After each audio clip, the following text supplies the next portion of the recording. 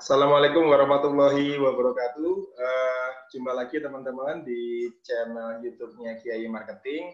Hari ini saya punya tamu istimewa nih dari Bandung, Teh Rani, owner dari Java Halu Kopi.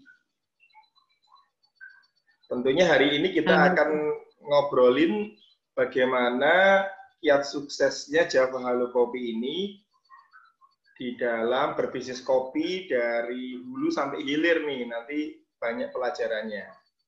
Nah, mungkin silahkan Teh Rani untuk memperkenalkan diri Teh, mungkin background-nya, kemudian Halu Coffee itu ceritanya seperti apa. Silahkan Teh. Baik, terima kasih. Assalamualaikum warahmatullahi wabarakatuh. Jadi karena ini tentang kopi, jadi dimulainya dicerita tentang perkopian ya, karena sebelum-sebelumnya memang bisnisnya bukan di kopi, tetapi kopi ini adalah pilihan terakhir ya, pilihan setelah berbagai jenis bisnis kita coba. Jadi Java Halu Kopi ini, nama saya Rani Mayasari, saya owner dari Java Halu Kopi. Java Halu Kopi ini adalah prosesor sekaligus juga petani kopi. Kemudian kita juga memiliki beberapa kedai kopi dengan brand sendiri maupun dengan mitra. Kegiatan kita sehari-hari adalah jika tidak musim panen, kita memang mengelola kebun. Kebun kita itu ada sekitar kalau sekarang total di 12 hektar. Kalau di musim panen biasanya di bulan Mei, Juni, Juli, Agustus begitu kita 4 bulan full di pengolahan pasca panen itu mengolah hasil panen. Di Java Halu Kopi didukung oleh sekitar 20 petani, kemudian ada sekitar 6 orang prosesor, tim yang membantu, semuanya di lead oleh saya langsung. Lokasi pengolahan atau shelter itu ada di Soreang. Kalau kebun kita ada 2 titik, ada di Gunung Halu dan di Gunung Tilu Ciwidey. Itu. Yes, tertariknya masuk bisnis kopi ini ceritanya bagaimana? Dan kemudian apakah setelah berjalan sesuai dengan harapan di awal atau ada beberapa tantangannya Teh di awal-awal? Mungkin 2 atau 3 tahun pertama Teh?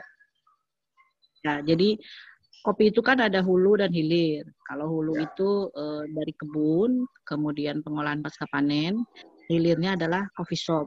Nah, sejak tahun 2004 saya di Jakarta itu dulu sering ngopi di kafe-kafe terkenal di Jakarta. Saat itu saya masih bisnisnya bukan di kuliner. Kemudian masuk 2005 saya bisnis catering kue. Nah, catering kue ini karena kebutuhan permintaan mitra-mitra kerja kita waktu itu. Nah, dari catering kue ini kue-kuehnya ternyata kepake juga sama kafe-kafe atau coffee shop di Jakarta. Nah, dari situ makin sering lah nongkrong di coffee shop. Salah satunya ada di waktu itu 2006-2007 itu yang baru masuk tuh sekitar di Jakarta tuh kayak Anomali Coffee gitu ya, specialty coffee-nya kayak gitu. Nah, mereka itu kan kadang-kadang tidak semua makanannya diproduksi sendiri. Setelah mengalami proses bisnis di Jakarta yang memang begitu berat, aktivitasnya begitu tinggi, saya coba bikin kedai kopi sendiri kecil-kecilan di salah satu kantor di Jakarta Pusat, hanya untuk ngumpul nongkrong dengan teman-teman. Namanya kita bisnis proyek kan sering nongkrong ngopi tuh, daripada kita nongkrongnya di kafe orang lain. Saya coba di situ, ternyata responnya cukup baik ya, karena saat itu sedang baru memulai lah namanya third wave itu, mulai ke kopi beans, di mana orang melihat biji kopinya itu digiling saat dia mau diseduh. Baru memulai di Jakarta, 2 tahun kemudian saya bangkrut, meninggalkan hutang cukup banyak lah. Otomatis kita harus menyusun ulang kembali perputaran kehidupan kita ya.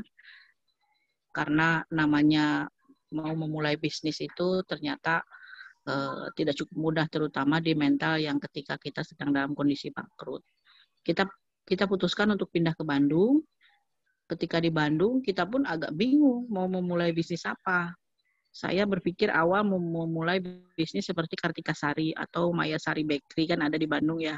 Ya. Kita hitung, itu modalnya juga tidak sedikit. Untuk kitchen pastry itu kan modalnya banyak. Kemudian harus ada ekspor dari sisi pastry-nya kan gitu ya. 2013 lah saya memberanikan diri membuka coffee shop specialty coffee di Bandung. Setelah saya mengikuti kursusnya, saya ikut dulu kursus tuh, ikut training barista di Jakarta. Itu kalau nggak salah tahun 2013 itu saya bayar kursus tuh sekitar 11 jutaan lah untuk hanya bisa bikin menu kopi. Nah, jadi saya masuk dari hilir dulu, dari kedai kopi dulu. Gitu. Karena memang saya punya background di furniture seni, jadi saat itu interiornya kita bikin bagus, kita bikin keren, dan mendapat tempat di warga Bandung saat itu. Tapi ternyata tidak mudah juga ketika kita rame, pemilik ruko tidak begitu happy tuh. Jadi salahnya lagi kita saat itu kontraknya per tahun, tidak diikat 5 tahun gitu, karena memang cash flow kan. Dipikir kita benar waktu itu, setahun dulu lah gitu. Jadi di mau masuk tahun kedua si orang rukonya tuh tidak memberikan lagi kita untuk memperpanjang sewanya. Padahal omset kita sudah cukup memuaskan. Kita mungkin yang kita hitung BEP di 3 tahun, 5 tahun, kita di 1,5 tahun bisa BEP kalau dengan omset saat itu. Yes, nah dari situ, betul, dari situ kita dipaksa harus tutup. Agak sedikit stres juga, di mana ini kan bisnis baru mulai nih, sedang tumbuh, sedang bagus-bagusnya. Kok harus tutup kan begitu. Kontak teman sana sini, pindah lokasi, kemudian yang sekarang di Cimahi itu ya? Beda. Ada yang di Cikutra, yang di belakang Gor Citra. Iya. Pindah lokasi, ternyata lokasi berbeda, pangsa pasarnya beda, ambience-nya beda, hasilnya beda, gitu. Iya. Jadi agak sedikit terpuruk. Tadinya 90 juta omset sebulan, turun menjadi 15 juta, turun menjadi 4 juta. Yang tadinya karyawan 12, turun 9, 5, 2, sampai akhirnya selama 3 bulan kita garap sendiri. Jadi kita yang jadi baristanya sendiri untuk supaya tetap buka, tapi ternyata dari situ kita tahu bahwa penyakitnya itu bukan dari produk, bukan dari apa-apa, tapi dari pemilihan tempat yang salah. Gitu. Nah, dari situ betul. Sebelum saya bangkrut itu di coffee shop namanya Yellow Black Coffee, saya sempat dulu punya kendalanya itu saya kan beli kopi itu karena ingin enak dari brand-brand yang sudah terkenal, kayak dari Anomali, kemudian dari Noah Ban kalau di Bandung. Jadi saya pendekatan ke ownernya untuk supaya bisa dipandu bagaimana menciptakan signature kopi yang enak, saya beli produk mereka, dan akhirnya ke HPP kan jadi tinggi. Ketika saya tidak beli lagi ke mereka, otomatis kan pendampingannya habis, permasalahan harus saya hadapin sendiri. Nah, dari situlah saya termotivasi, saya ikut kelas Q-Grader. Waktu itu bayar sekitar 17 jutaan ya, ikut Q-Grader. Hanya ingin memahami bagaimana sih menciptakan kopi yang enak, bagaimana memahami supply chain-nya dan lain-lain. Ternyata dari situ juga motivasi awal saya masuk ke hulu. Jadi saya ingin tahu, ingin kenalan ke pengolah dulu, belum ke petani, ke pengolah, ternyata beli kopi mentah, kemudian di roasting, kemudian kita yang lakukan sendiri itu ada marginnya dan cukup baik. Tetapi sebelum saya jadi Q-Grader, saya tidak paham kopi yang seperti apa yang harus saya pilih gitu. Nah, 2013 akhir lah saya ikut Q-Grader, 2014 saya pindah lokasi, kemudian 2015 saya juga buka kedai kopi baru yang saat itu lokasinya tidak berjauhan, tetapi konsepnya berbeda. Jadi ada salah satu kampus di Cikutra, karena dosennya langganan ngopi ke saya. Kalau yang pertama itu Yellow Black Coffee itu kan specialty kopi. Nah, yang kedua itu saya namain kelas kopi gitu karena saya juga ngajar barista gitu. Ternyata omset yang padahal tempatnya itu masih tetap di Kelurahan Cikutra, tetapi beda sekitar ya 1 kiloan lah dari lokasi yang pertama. Omsetnya malah lebih bagus yang sih di kampus ini. Kopinya sama, kualitasnya sama, tapi harganya lebih murah karena kan di kampus. Ya, harganya harganya saya harga turunkan. mahasiswa. Betul. Tetapi ketika perputarannya banyak itu menolong. Jadi itu menopang kehidupan kita, menopang operasional kita. Operasional ketika kita mau masuk ke wilayah hulu, karena pendekatan ke hulu juga ternyata effortnya cukup banyak, cukup besar, begitu. Mulai 2014 akhir pun saya sudah masuk ke hulu pendekatan, makanya dari itu sering ke kebun-kebun. Saya ajarin bagaimana cara di ilmu Q-grader itu secara praktis, secara bahasa desa, memilih kopi yang berkualitas, kemudian menyiapkan kopi yang berkualitas dan lain-lain dari sisi bahasa kedaerahan seperti itu. Padahal kondisinya bisnisnya juga sedang mengap-mengap, tapi itu menjadi satu support semangat saya untuk bisa terus tetap di jalur ini. Kenapa di jalur ini? Sebab dari pengalaman bisnis saya sebelumnya, untuk supaya bisa bertahan, kita butuh terus injek duit. Sementara kondisi saya kan lagi punya utang tuh. Yang saya rasakan ketika saya renungi selama perjalanan ini, dari kuliner, dari bisnis kue, dan sedikit demi sedikit mencicil hutang saya yang besar itu, yang pada akhirnya tidak sampai 5 tahun itu, sisanya sangat sedikit sekali tanpa disadari gitu. Maka dari itu saya pilih ya sudah, saya di bisnis ini aja gitu. Ya. Agak nge-freeze nih. Iya, agak nge-freeze, nggak apa-apa. Teh Rani sekarang posisinya ada di Kota Bandung atau di lahan pertanian kopinya ini? Di Halu, di Gunung Halu. Halo?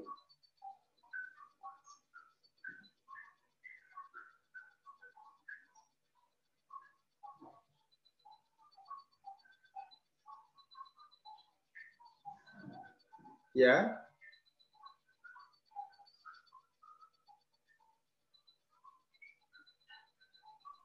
Iya, Teh. Ya. Ya. Kenapa agak putus? Putus ya. Nggak masalah. Ya. Jadi tadi kan sudah sampai kemudian bahwa kemudian bisa mencicil hutangnya yang masa lalu dengan bisnis coffee shop itu. Nah, betul. Apakah dari situ kemudian muncul keyakinan untuk fokus ya, Teh?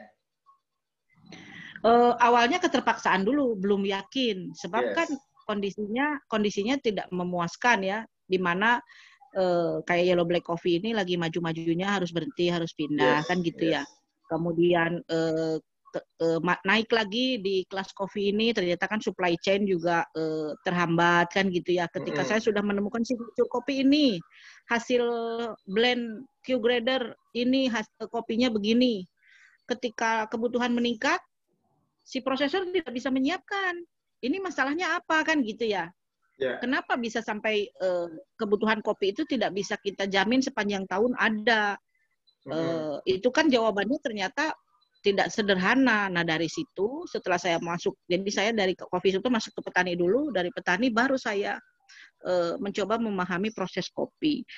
Bagaimana sih caranya supaya supply kopi, kebutuhan kedai kopi saya misalkan 1 tahun itu misalkan kebutuhan green bean kedai kopi saya itu misal 1 ton atau 2 ton. Nah 1 ton atau 2 ton itu supaya kopinya tetap ada dari masa panen sekarang sampai masa panen tahun depan itu bagaimana, kan seperti itu. Sementara prosesor kapasitasnya tidak bisa memenuhi kebutuhan kita saja. Tidak bisa nampung juga ya kalau terlalu sedikit atau terlalu banyak ya. Iya betul. Jadi saya juga tidak bisa maksa ke prosesor A yang sudah bagus, kapasitasnya besar. Tolong dong siapin 2 ton, saya butuhnya setahun 2 ton. Ya lu bayar kan 2 ton. 2 ton green bean ya kalau mampu bayar ya gue siapin. Kalau enggak mah ya enggak direken gitu. Iya, iya, iya. Kucuk-kucuk datang ke pabrik gede karena kopinya bagus. Bawa duitnya cuma 10-20 juta, 20 juta lah. Enggak dikasih, mau beli sekarung doang gitu. Kayak gitu. Jadi kendalanya itu kopi shop itu ya sebenarnya ternyata ketika masuk ke industri yang beneran duit. Kalau nggak punya duit ya nggak bisa Nggak bisa nggak akan booking kopi ya. nggak bisa gitu. Iya. Nggak usah ngomong kalau nggak pegang duit. Bukan hanya di level kedai kopi, di level yang mau berhadapan sama petani lebih menang orang Batak daripada kita. Orang Batak duitnya pakai kresek. Yes, langsung dibayarin ke petaninya ya. Kita yang membina petani, pendekatan, diajak ngaliwet. Kalau butuh duit 100-200 ribu dikasih pinjem. Mang, Omat ya, petik merah ya Mang. Kalau petik merah tuh kan harganya bagus, saya beli. Ada petani yang ngomong begini, Neng Rani baru lahir, saya udah 10 tahun melak kopi, kagak ada tuh yang petik-petik merah. Sekarang gini aja, bawa duit berapa puluh juta, saya kasih tuh yang merah-merah. Ngomong begitu. Iya. Kita kan begitu. Jadi kempes kan gitu. Iya, gitu. Jadi sementara yang ongkang-ongkang yang mau beli kopinya, yang kopinya bisa busuk, bisa hijau, bisa kuning. Orang Batak truknya udah nongkrong di situ. Nah, itu yang membuat kita ini maju nggak kan gitu. Padahal kita butuh barang. Nah, cari barang bagus itu susah.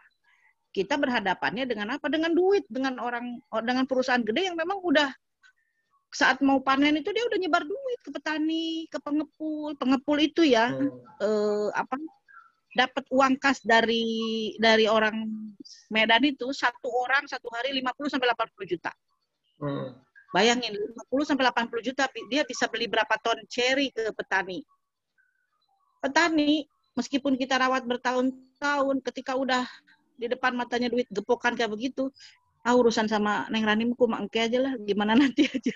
Iya. Kan gitu. Jadi kenapa kita mulai masuk? Ya udah kalau begitu kita berarti harus menjadi pengolah, kita harus mencoba memahami alur perkebunan, mafia kebun gitu. Lalu kita mengolah sesuai kebutuhan kopi kita dulu. Awalnya begitu, sesuai standar kebutuhan kita dulu. Karena kita butuh kopi yang specialty, butuh kopi yang petiknya warna merah.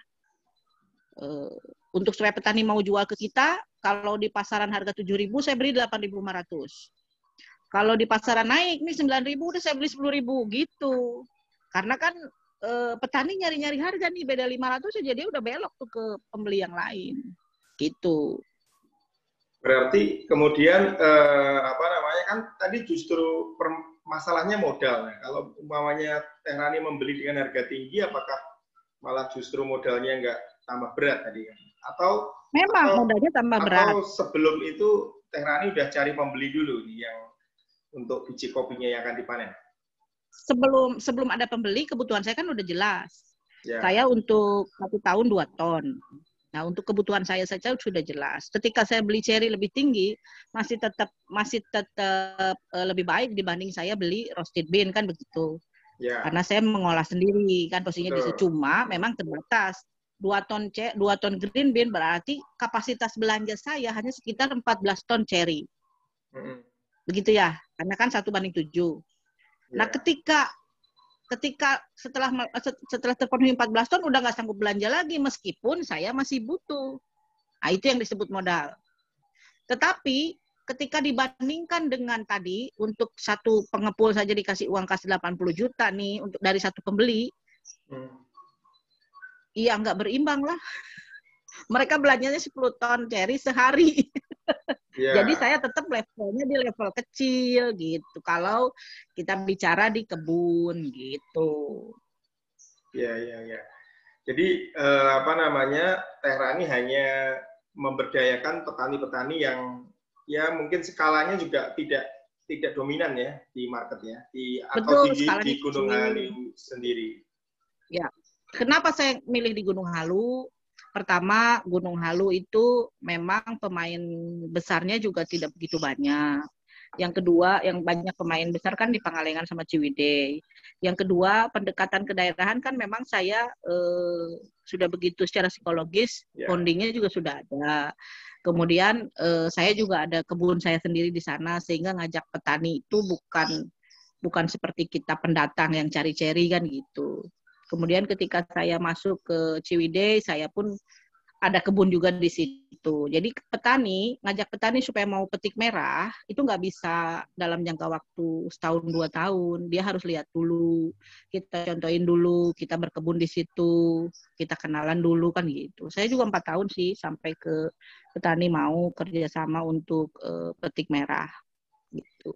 Itu cerita awalnya masuk ke Java Halu Kopi. Nah dari situ hadirlah Java Halu Kopi, agak sedikit percaya diri. Kemudian ketika masuk pandemi kemarin itu orang lain harga kopi hampir 5.000, saya bisa bayar ke petani itu sekitar 8.500 sampai 9.000. Karena apa? Karena ternyata dapat bayar dari luar negeri saat pandemi kemarin, awal tahun kemarin, pandemi tahun kemarin gitu. Yes, jadi sudah ada satu titik kritis berhasil mengekspor ya dari tanah kopinya Java Gunung Halu ini. Dan teman-teman, ya saya sudah setahunan juga jadi konsumennya Teh Rani untuk konsumsi sehari-hari, dan memang biji kopinya dan yang di tempat saya udah jadi bubuk itu memang luar biasa ya, ada sensasi bedanya dengan biji kopi yang lain gitu ya. Nah itu kuncinya ya, apa itu? Pesennya yang lanang terus gimana? Bukan yang biasa, bukan yang kopi lanang lah gitu ya maksudnya. Jadi sebenarnya kan kopi kuncinya itu, untuk membuat kopi yang enak seperti itu apa, yang punya sensasi wine, terus kemudian ada rasa acidnya yang ya lumayan membuat sensasi lah ya. Ketika belajar di kelas Q grader, saya diajarin bagaimana memahami kopi itu aroma yang baik di kopi adalah yang seperti ini. Kemudian cita rasa yang baik di kopi ada yang seperti ini kan begitu ya. Kemudian kualitas fisik kopi itu yang baik itu yang seperti ini. Tetapi saya tidak tahu bagaimana cara membuat kopi yang aromanya hingga seperti ini. Dan ketika di cupping nilainya akan seperti ini kan begitu. Saya hanya ketika jadi Q grader saya hanya bisa ini loh, kalau aromanya di fake berarti ada kesalahan saat fermentasi. Kalau cita rasanya acidnya terlalu tinggi atau unpleasant berarti itu ada kesalahan juga di fermentasi seperti itu. Tetapi kita tidak belajar bagaimana melakukan fermentasi itu sendiri. Diberi kesempatan mendapat order dari Saudi Arabia juga itu juga salah satu hal yang luar biasa. Kaget setelahnya itu begini. Saat itu pede, percaya diri ya, bisa mengkomunikasikan, bisa mendescribe kopi yang akan saya jual itu, yang akan saya tawarkan itu seperti apa kepada buyers. Karena pandemi mereka juga tidak survei, saya nggak ketemu sama buyernya, tetapi mereka juga transfer DP-nya sebelum dikirim juga dilunasi. Jadi ternyata ketika masuk ke proses atau prosesor kopi itu ada ilmunya khusus juga gitu. Bagaimana kaitan antara fermentasi dengan pengeringan, mengontrolnya, kemudian mencatatnya, kemudian menduplikasinya. Karena tantangan yang paling berat di proses kopi itu adalah konsistensi. Bagaimana panen tahun sekarang dengan panen tahun berikutnya rasanya harus sama. Jadi ketika Kiai beli kopi dari saya bulan ini dengan 3 bulan berikutnya, itu harus sama, dan itu variabelnya supaya dia sama itu cukup berat. Dan ternyata itu ada ilmunya tersendiri, namanya Q processor. Itu. Jadi saat pandemi itu dapat project, saya sempatkan ikut lagi sekolah namanya Q processor atau expert di pengolahan pasca panen. Nah, dari situ saya mulai memahami, ternyata fermentasi itu bisa dikontrol. Ternyata cita rasa itu bisa dikontrol. ternyata kaitan antara kebijakan proses dengan pengeringan pun itu sangat penting.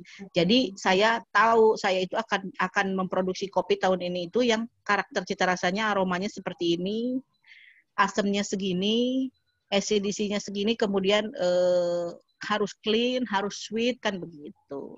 Seperti itu. Jadi saya kontrol dari mulai pemetikan. Sebab fermentasi dimulai kapan? Fermentasi dimulai saat pemetikan di pohon. Jadi ketika kopi dipetik di pohon itu sudah mulai terjadi fermentasi. Nah, bagaimana kita mengontrolnya? Saya usahakan kurang dari 8 jam, kopi yang sudah dipetik itu langsung kita proses. Nah, bayangkan kalau kopi itu ditumpuk di pengepul, kemudian diambil oleh truknya setelah 3 hari, setelah 4 hari, berarti kan itu sudah terjadi fermentasi yang tidak terkontrol, bakterinya tidak terkontrol, makanya cita rasanya pun tidak konsisten, gitu. Seperti itu, kenapa kita memilih shelternya di Soreang, karena mengukur waktu pengiriman ceri kopi dari Gunung Halu juga dari Ciwidey. Kemudian suhu penjemuran juga dikontrol, suhu penggudangan juga dikontrol, karena ada standarnya, ada batasnya.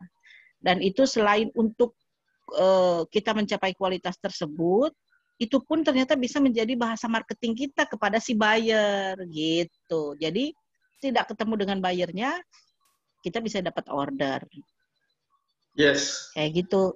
Saya jadi ngerasa bersalah ini soalnya saya pikir bisnis kopi itu gampang banget, ternyata luar biasa ya untuk menghasilkan cita rasa seperti itu kan gitu ya.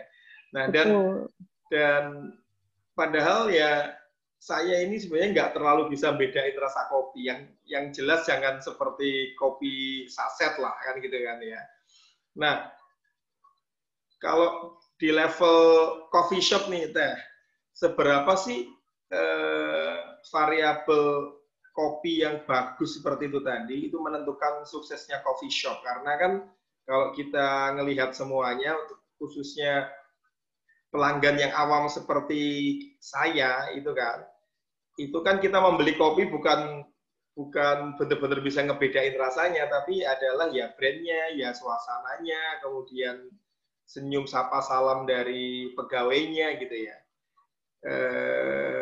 Seberapa persen Teh dari perjalanan Teh punya coffee shop, kualitas biji kopi yang kemudian dikontrol banget kayak gitu akan menentukan customer untuk balik dan balik lagi? Kalau menurut saya sih hampir 70%.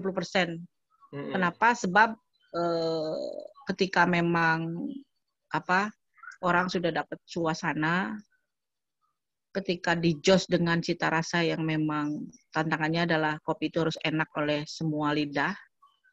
Kopi benar iya, tetapi tantangan yang lebih berat adalah kopi benar yang enak.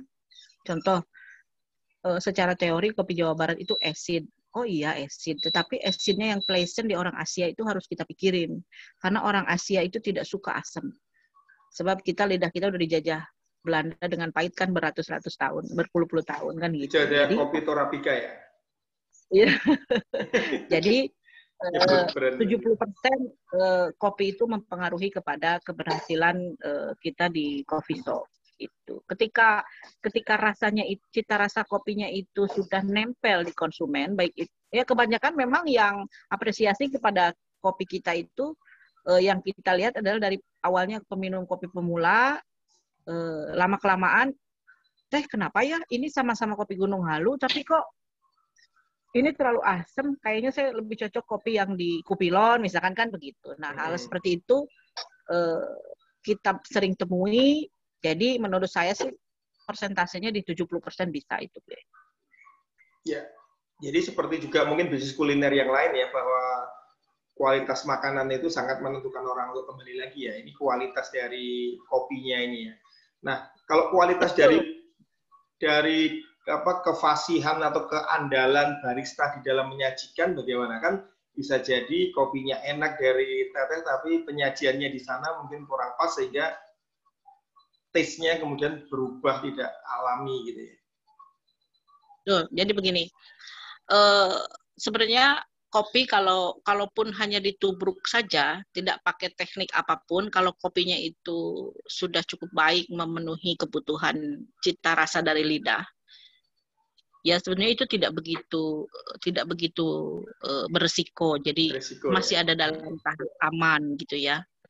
Tetapi ketika kopinya udah, misalkan kopinya kopi wine, tapi karena dia wine itu acidnya terlalu tinggi, kemudian dia disajikan di alat V60, yang dimana V60 itu akan menambah cita rasa asam, itu udah pasti akan jadi tidak pleasant, tidak menyenangkan, asamnya jadi terlalu asam.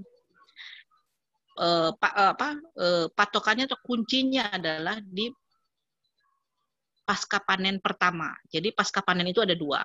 Satu, pasca panen pertama di proses kopi, di fermentasi dan pengeringan. Yang kedua adalah di roaster. Jadi di roasting kopinya. Kan roasting profile itu bisa diatur, bisa disesuaikan dengan kebutuhan cita rasa. Jadi kalau kita ambil presentasi dari rantai nilai kopi itu ada petani, ada prosesor, ada roaster, dan ada barista. Yes. Nah, di petani itu 30%, di prosesor 30%, di roaster 30%, barista hanya 10%. Jadi sebetulnya yang banyak diperbincangkan, yang banyak dipertandingkan, nilainya hanya 10% di rantai nilai kopi itu. Barista sih yang nyeduh kopi. Sebab ketika diproses buah kopinya sudah baik, di prosesornya baik, roasternya sudah baik, barista udah tinggal nyeduhnya, nggak usah susah-susah juga udah pasti enak. Gitu. Ya, mantap. Nah, sekarang Java Halo Coffee sudah supply kemana aja, dan apabila pemirsa di sini ada yang mau minta kontaknya atau pengen dapat biji kopinya yang original, yang Java Halo Coffee, ini caranya gimana, Teh? Kalau ingin tahu dan ingin beli, bisa melalui websitenya, ada www.javahalucoffee.id, atau di Shopee, di Tokopedia juga ada.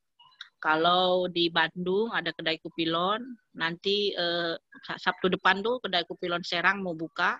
Nextnya lagi, bulan depannya lagi, kedai kopi Cilegon juga kita mau buka. Jadi kita mau sasar wilayah perbantenan tuh, Jawara Banten. Ya. Jadi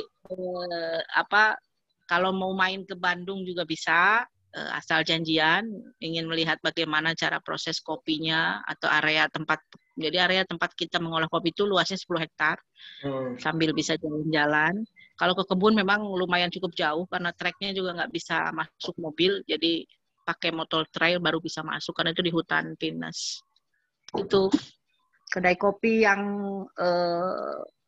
menjual kopi bean secara langsung, ada Kupilon, ada di Tasik juga ada, Taman Hore Kopi juga ada. Ya, jadi sejauh ini sebenarnya apa tidak ada permasalahan yang berarti ya, kalau umpamanya kita sudah kuasai hulunya tadi, maka hilirnya tinggal digerakkan saja ya. Mungkin kalau dari sisi saya, karena saya masuknya dari hilir ya, karena saya masuknya dari hilir kan kebutuhan kopi saya sudah ada. Ya. Jadi ketika saya produksi di hulu, daya tampungnya sudah ada. Nah, ketika ada pesanan kayak ke Saudi Arabia, saya tinggal naikin aja kapasitas produksi, kan begitu. Ya. Tetapi ketika masuknya dari hulu, kemudian kita belum punya ekosistem hilirnya yang kuat, itu perlu effort. Ya, perlu effort banyak juga, karena menjual kopi tidak mudah. Orang membeli kopi tidak hanya melihat dari cita rasanya juga, dia melihat background penjualnya, background pengolahnya. Sekarang udah begitu. Misalkan begini, ini kopi yang sama nih, yang nawarin saya dengan yang nawarinnya saya dengan yang nawarinnya tim saya yang lain, itu responnya berbeda. Iya. Karena cara menjelaskannya juga berbeda. Gitu. Betul. Seperti itu. Tetapi kalau ditanya cuan yang mana, ya cuan di prosesor. Kalau menurut saya ya, kalau bicara cuan. Kalau di kedai kopi, terus. Kalau di kedai kopi faktor pengurang dari profitnya itu kan banyak. Iya. Si baristanya yang kurang handal bisa mengurangi need konsumen untuk datang lagi, kan gitu ya. Tidak bisa menciptakan ambience yang enak. Kan anak-anak muda zaman sekarang baristanya cuma gagah-gagahan doang. Otaknya cuma pengen dapat nerima gaji gede doang. Tetapi gitu ya? servis dia kepada bosnya yang pemilik kafe kagak ada. Ada loh barista yang rada gelo. Rada Ya, gelonya apa? Dia gimana? nggak mau belajar bayar duit mahal untuk kursus. Iya. Dia melamar kerja. Dia cuma pengen tahu bagaimana. Kan kalau jadi barista itu kan diajarin menunya, Iya, iya. prepare opening, closing. Wah, lebih detail daripada cuma kayak saya belajar bayar cuma 10 sampai 10 juta paling juga berapa jam. Ya. Nah, udah gitu dia ada konsumen pelanggannya datang, diajakin ngobrol. Udahlah, buka kedai kopi sama saya, nanti saya yang ngelola, saya beli kopi. Itu kan barista geblek kayak begitu banyak. Banyak ya, sama lah ya, orang konsumen yang nyabut barista orang lain, yang percaya sama barista yang kayak begitu, bisnisnya juga nyungsep sama-samanya. Itu sama-sama gak ada otaknya dua-duanya. Nah, itu bukan hanya di kopi saja, tapi di perbaksoan juga sama kayak gitu. Tempat saya. Kalau teman-teman mau bisnisnya jangka panjang, ya jangan pakai main cara begitu. Gitu. Nggak boleh, tapi ya balik lagi ke ente gitu. Banyak itu barista kayak begitu. Saya barista yang non skill, kita ajarin sampai skillnya bener, pakai mesin yang bener. Habis itu paling juga 3 bulan nanti dia ngelamar ke kafe yang lebih gede gitu. Udah nggak ada hatinya. Nah, jadi sebenarnya nggak pengalamannya Teh Rani untuk mengatasi itu kemudian apa? Untuk meritin barista yang berbakat atau langsung ngambil orang baru di training kemudian ya tidak berharap bahwa dia akan loyal sama kita atau gimana? Kalau saya lebih memilih yang non skill. Jadi yang lebih saya lihat adalah karakter orangnya dulu. Kalau yang skill barista, apalagi dilihat riwayatnya pindah dari kafe lain ke kafe lain, itu udah nggak akan saya terima. Kemudian saya lihat secara komunikasinya, kalau grooming udah pasti. Karena apa? Karena yang tadinya non skill bisa jadi punya skill oleh kita diasah gitu. Nah dari situ kita lihat bagaimana dia imbal baliknya. Kalau dia punya hati, dia punya kapasitas, imbal baliknya dia pasti akan loyal. Dan alhamdulillah barista yang saya punya sudah 7 tahun terus di kita. Tadinya dia cuma pelayan kantin. Kalau Teh Rani melihat coffee shop yang dapat pendanaan startup yang besar-besar itu, kemudian membuka coffee shop sekian puluh dalam sebulan, itu komentarnya Teh Rani sebagai pengamat bisnis coffee shop seperti apa? Apakah memang talent itu sebanyak itu sehingga bisa buka cabang banyak sekali? Kalau menurut saya sih over baristanya pasti itu tinggi sekali ya. Karena kalau karakteristik barista yang oportunis gitu, sebenarnya mereka itu tidak begitu happy menjadi barista di coffee shop yang kan nggak bisa nyebut merek ya, yang tubuhnya berjamur gitu ya, yang kopinya kekinian. Sebenarnya itu bukan satu kebanggaan profesi ya. Gitu. Nah, tapi balik lagi kalau memang barista yang ingin mengejar gengsi begitu juga, ya dia juga tidak bisa kita harapkan untuk bisa loyal kepada kita kalau kita bicaranya dari sisi pengusaha pemilik coffee shop-nya kan gitu ya. Seperti itu. Jadi kalau menurut saya sih pasti kualitas baristanya yang seperti apa dan turnover-nya pasti sangat tinggi. Dan memang sangat sulit ya mencari anak-anak muda yang skill baristanya ini ada, meskipun dia belum bisa bikin kopi, tapi kalau memang dia sudah punya hospitality itu bisa kita asah ya jadi barista yang baik gitu. Banyak barista juga yang udah punya skill tapi nggak punya hospitality juga banyak. Oke, pertanyaan terakhirnya ada 2. Yang pertama adalah kalau kita orang awam mau bisnis kopi, Teh Rani sarannya seperti apa? Apakah mengambil franchise, apakah kemudian buka sendiri, atau going to hilir, atau going to hulu, atau seperti apa? Kemudian yang terakhir adalah closing statement dari Teh Rani. tentang rangkuman dari pembicaraan kita siang ini untuk para audiens kita, terutama bagaimana mereka bisa termotivasi dan yakin bahwa bisnis kopi ini ke depannya bagus dan masih bisa menjadi lahan untuk mencari penghidupan. Jadi kalau kita mau bisnis kedai kopi, saran saya pahami dulu alur kopi itu sendiri. Pahami rantai nilai kopi dan rantai nilai bisnisnya. Rata-rata ketika masuk ke kedai ke bisnis kopi pastikan dihilir dulu, tidak ujuk-ujuk ke menanam kopi atau memproses hasil panen kopi. Franchise bagus, tetapi rata-rata franchisor kita itu rata-rata yang membeli franchise itu kan ingin meskipun tidak semua ingin gampang ya, dimana kalau udah beli franchise ya bisnisnya harus jalan, harus profit kan gitu. Padahal kan tetap aja meskipun beli franchise harus diopenin sama dia, iya kan gitu. Harus dikelola. Ketika dia tidak tahu tentang kopi itu, ketika dia tidak tahu tentang mengelolanya, ya dia akan jadi satu sasaran empuk dikerjain sama barista-baristanya kan gitu. Itu yang membuat pusing. Banyak teman-teman saya yang beli franchise, kemudian yang dia tidak tahu, kemudian dibohongin sama baristanya, harus beli mesin roasting, padahal belum tentu perlu mesin roasting. Harus beli mesinnya La Marzocco, padahal belum tentu butuhnya itu kapasitas La Marzocco, kan gitu. Jadi, balik lagi, tujuan masuk atau tujuan buka kedai kopinya itu untuk apa sih? Untuk cari profit atau untuk cari gengsi?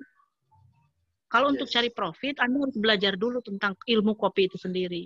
Tapi kalau untuk cari gengsi, bahwa saya punya kafe, bahwa saya punya bisnis kuliner, tinggal beli franchise, itu udah pasti salah. Tungguin aja kebangkrutannya. Gitu. Jadi, kalau saran saya buat yang punya duit, ya belajar dulu tentang ilmu kopinya. Belajar jangan dulu sampai seperti nanti, di kelas ya, seperti Teh Rani belajar di kelas tadi ya. Betul. Bagaimana, apa sih menu? Kan harus owner yang menentukan. Menu apa yang mau dia jual. Terus memangnya mau nanya ke barista, kan gitu. Barista mah tinggal di-hire aja. Menerima lamaran barista. Kamu mau jadi barista saya, ikut aturan saya, bikin menu ala saya, oke ya oke. Berarti kan menunya harus punya sendiri. Ya. Mau espressonya seperti apa, karakternya, cappuccinonya seperti apa, mesinnya seperti apa. Kalau tidak belajar dulu, nggak akan tahu. Gitu. Nantinya ya akan jadi objek aja. Supaya sampai duitnya habis, nanti duitnya udah habis ditinggalin tuh. Iya betul. Jadi seperti bisnis kuliner yang lain suka tersandra oleh juru masaknya ya. Kalau ini tersandra sama baristanya ya, ownernya ya. Betul. Iya. Oke Teh, mungkin gimana? Bisa dilanjutkan? Iya, karena kan buka kedai kopi itu bukan seperti kita jualan produk komoditi ya, ada produknya tinggal jual, ada margin jual, kan nggak begitu. Ya betul, karena di situ tadi ada pemrosesan produknya, kemudian ada ambience yang harus dijaga, kemudian ada peralatannya, kemudian ada service level agreement yang harus kita kita jaga juga supaya ketika minum kopi itu sensasinya tetap dapat gitu kan. Kalau kopinya enak, tapi kalau baristanya ataupun waitersnya itu senyumnya kecut ya jadi tambah acid. Nah, belum lagi ilmu marketingnya yang mahal, kan kita juga tidak ada yang menguasai semua disiplin ilmu itu sendirian, kan begitu. Betul. Ketika kita membuat coffee shop yang sama dengan yang lain ya berarti kita kayak jualan sembako toh, nggak ada keunikannya. Betul. Iya. Oke, teman-teman, mungkin sharing kita kebetulan sore hari ini, siang hari ini, kita cukupkan karena durasi juga. Dan buat Teh Rani, terima kasih atas ilmunya. Semoga menjadi amal jariah sampai YouTube-nya itu tidak ada dan ini masih ditonton. Semuanya amalnya buat Teh Rani. Ya, dan terima kasih. Dan saya tutup session ini yaitu ngomongin kopi ya dengan Teh Rani Mayasari, owner dari Java Halo Coffee. Nanti kita ada di deskripsi di bawah. Kalau Anda semua pengen hubungi beliau juga bisa, pengen konsultasi, pengen beli biji kopinya, Saya kira Teh Rani sangat welcome ya. Nanti saya akan tulis di deskripsinya. Oke, saya izin undur diri. Wassalamualaikum warahmatullahi wabarakatuh. Waalaikumsalam.